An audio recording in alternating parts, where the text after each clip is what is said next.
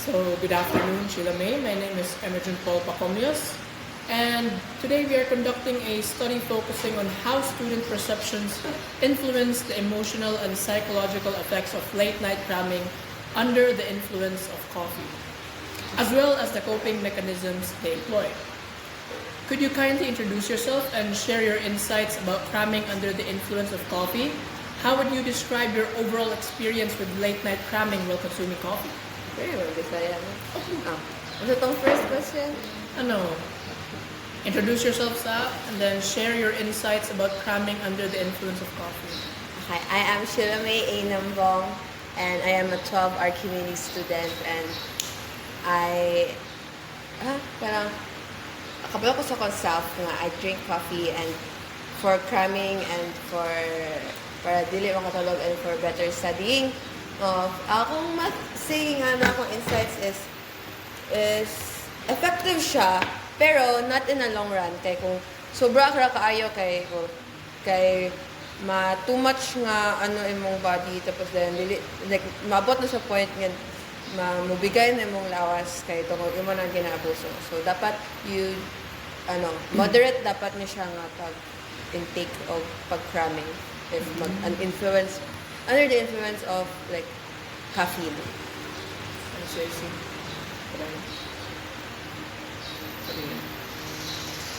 Answer mo.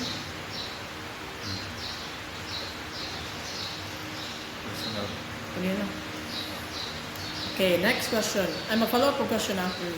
How do you perceive the impact of late-night cramming accompanied by coffee on your learning effectiveness? Learning effectiveness, if it's working ba? Working good siya. Like, if Like, effective... siya significant impact.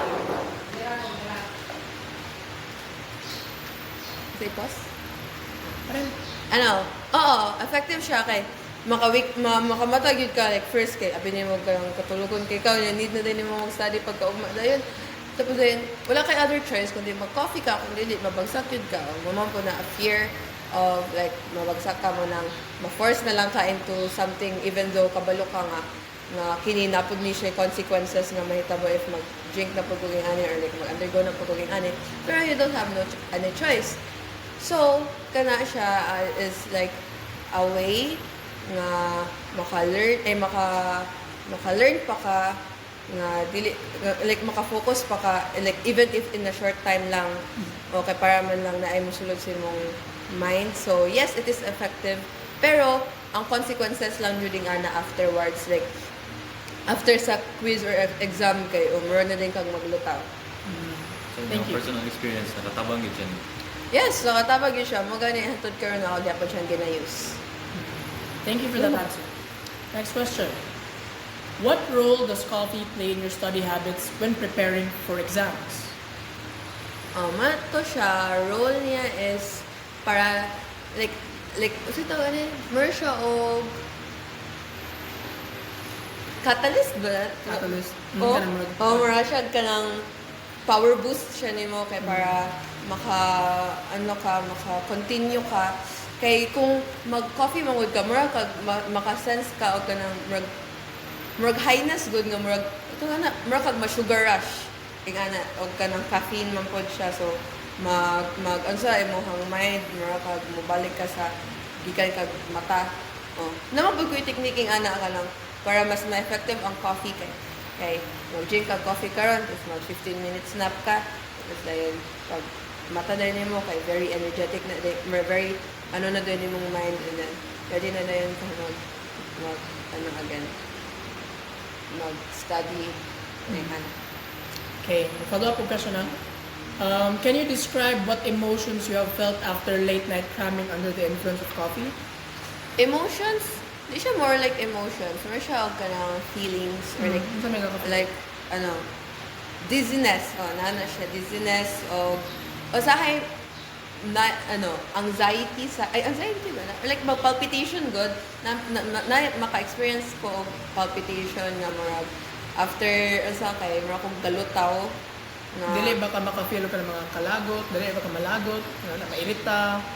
Na maka-disturb mo sa imo? Ay, okay. Kanang, usually pag ingana kay, dili ko ganahan makig-interact kaayo sa laing tao. Kay diraan naman after nimo mag-drink ka coffee after ka na kraming pagkaugma, dira na dayon mag-hit dayon ang murag effect dapat gabi sa imuha, which is katong katugon ka, so katugon na jud ka like 2 times more pa kay imo naman dayon siya gi pa prolong pa imo patulog. I see. So what changes have you noticed in your state of mind when consuming coffee during late night cramming? Usually come up na siya like after good mag cramming kay kana gong what State of mind. state of mind mura kog high, mura kog hubog mo nang gina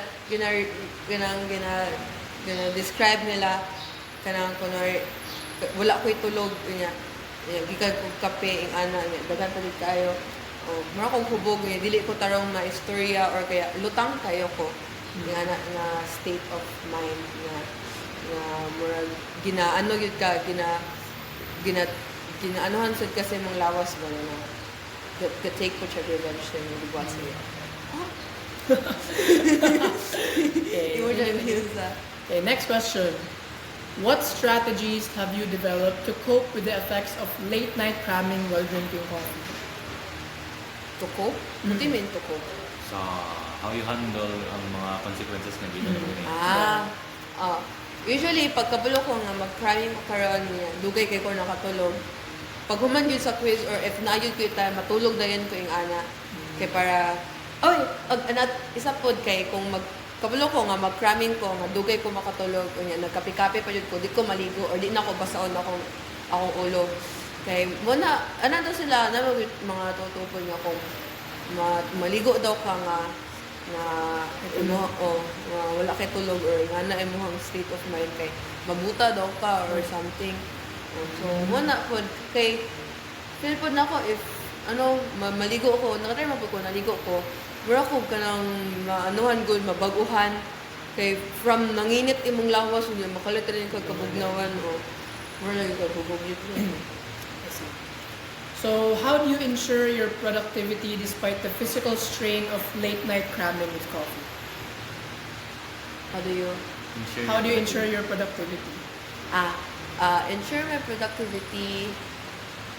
Ako ang gina-maximize yun ang mga ang katong giingon ako nga usually katong before pa kay dili ga epekto kaayo ang coffee sa kuha. Like katong mag-coffee lagi ko ikapila pero then makatulog na po ko tapos dahil makatulog ko. Then pag mata na ako kay wala na po enough time niya maabta na lang kadlawon niya di na ko katulog dayon di na ko kabalik og tulog. So karon ako ginabuhat is sayo pa lang like napa sa 5 kay diraan ako mag-drink og coffee kay para mag-effect siya hantod sa mga kadlawon lang dili kay sa kadlawon ako mag-drink og coffee kay sa kadlawon ko mag-drink og coffee kay hantod sa buntag di na pud ko dili na ko katulog so mas ma-worse siya kung on the time nga mag-exam na so para mas productive ko mas dagan ko mabuhat kay para sa upcoming quiz or something sayo-sayo pa lang mag-drink na ko daning ana So may mga time na yun. mga 5 Sorry, get it. or 6 ano As soon as you wake up, yun. I dili like sa cramming mo ka so sa gabi So like mga sayo-sayo. oo 5 p.m. Okay, so what other coping mechanisms do you use to deal with mental fatigue from coffee and late night cramming? sa coffee Naba kayo Like other strategies? other strategies lang. Aside sa katulingon mo, tulog. Kaya naman mawala. wala na nila Wala na. matulog ra gyud kung dili ko matulog kay siguro draan na moabot ang katong emotion of anger kay everything will annoy you dayon like annoying na dayon ang everything kay ma-overwhelm na dayon imong mind kay wala kay tulog tapos dayon imong feeling pa jud ana kay alimuot kay wa pud kay ligo So, final question. Can you describe alternative methods you use to help you stay focused without relying on coffee during late night cramming? Kapawala may coffee. sugar Sugar. Oh, like chocolate or ing ana tapos ay music dayon nga loud. So, para dili dayon ka makatulog dayon.